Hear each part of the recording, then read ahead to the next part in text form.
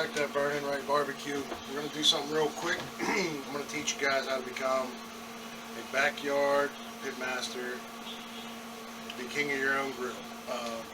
We're going to go over just the 5 basic questions I get asked all the time. I wrote some notes down here, so hopefully we cover everything that you need to know. The first thing is you need a type of cooker. You have your 4 main types: propane, charcoal, stick burners, and obviously pellet is what you guys have been watching me cook on. Propane are okay, they're good for suburban areas, fast, quick, easy. There are a lot of things you can do with smoke boxes to add some flavor, but they're the basic entry level. Charcoal is very good if it's done right. It's also very bad if it's done wrong. You can get it to taste just like an ashtray, or it can taste like competition style ribs or anything along those lines. The stick burner, that's kind of what I grew up on. You're tending to the pit a lot, you're maintaining temp, a certain temperature in the pit. You can do an offset smoker, reverse flow, and you're just maintaining that chamber temperature to cook your meat. And the pellet smoker, I feel, is the best of all the worlds. Gets you good flavor. You have every type of pellet: oak, cherry, pecan, mesquite, charcoal flavor, Jack Daniels flavor. They don't give as strong of a smoke flavor, but there's ways around that you can get a more smokier flavor. But I really like the pellet grills. With me having a 2.5-year-old son, me and my wife both work, I can set this, go cut grass, work around the yard. I can monitor it. This one's Wi-Fi. My other pits aren't Wi-Fi, so I kind of have to get off or watch them on my temp probes. But that's your basic. You got to get a smoker. You have to have a cooker. Second is seasoning. Here's your 3. It's like the holy trinity of barbecue: salt, pepper, garlic. If you can't get that right, you don't need any other rub. You don't need any other seasonings. You can master this foundation, then add to it. My recipe is 2 tablespoons of garlic, 3 tablespoons of garlic salt or regular table salt, and 2 tablespoons of pepper. That's what I feel is a good mixture for us and what my family likes. It goes great on meat, poultry, vegetable, eggs. Like I said, as long as you can master that on a steak, that's all I put on a steak. I don't need the extra added seasonings. What time and temp? This is probably one of the most common questions that are asked for every cook. Basic rules of thumb: if it's a fattier cut of meat, like a pork shoulder, a brisket, you want to do a lower and slower cook. If it's a leaner style meat, like a chicken breast or a pork loin, you want to go a higher temp, faster.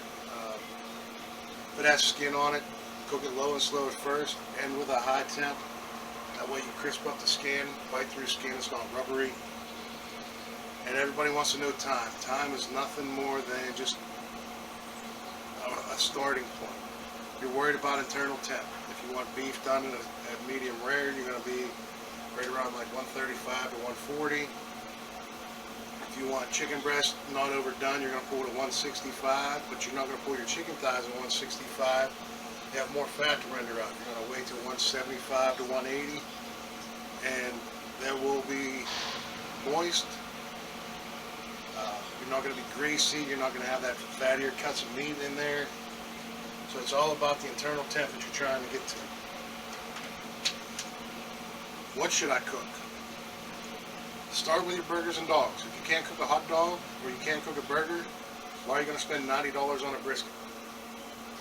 Start simple, master it, and then move up.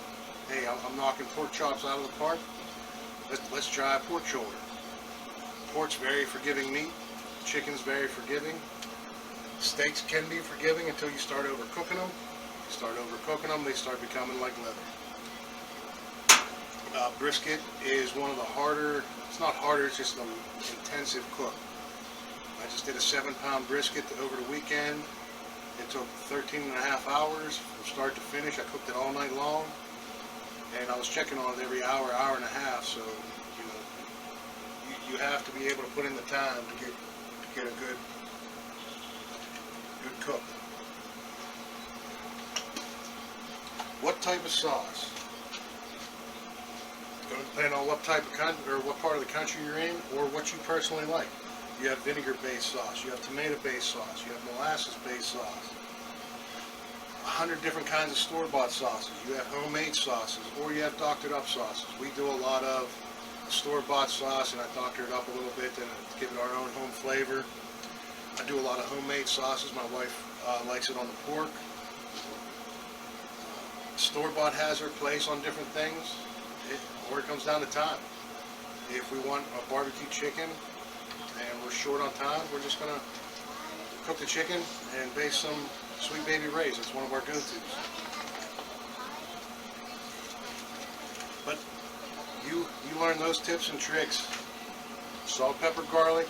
Learn your smoker. Get a smoker and learn from it. You're going to make mistakes. Everybody's dried out meat. Everybody's overcooked meat. Everybody's undercooked meat. You have to make mistakes to learn from it. So we'll see you at the end of the cook.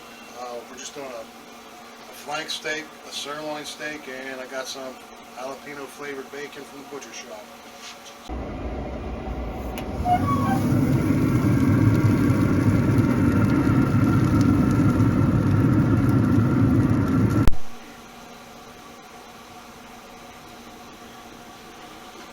Alright guys, this cook comes to an end. Got the flank steak off, we got the bacon off. Sliced up a couple pieces. I'm going to bring it over to the camera so you can see it. Everything's nice and juicy. The only thing I put on was salt, pepper, and garlic. Sirloin tip roast still on there. It's going to take a little bit longer, but just kind of stop the video and end it now. But yeah, if you can see that, if I can figure out how to get it on the camera. Alright guys, as we always say, don't be an asshole. Share your cue.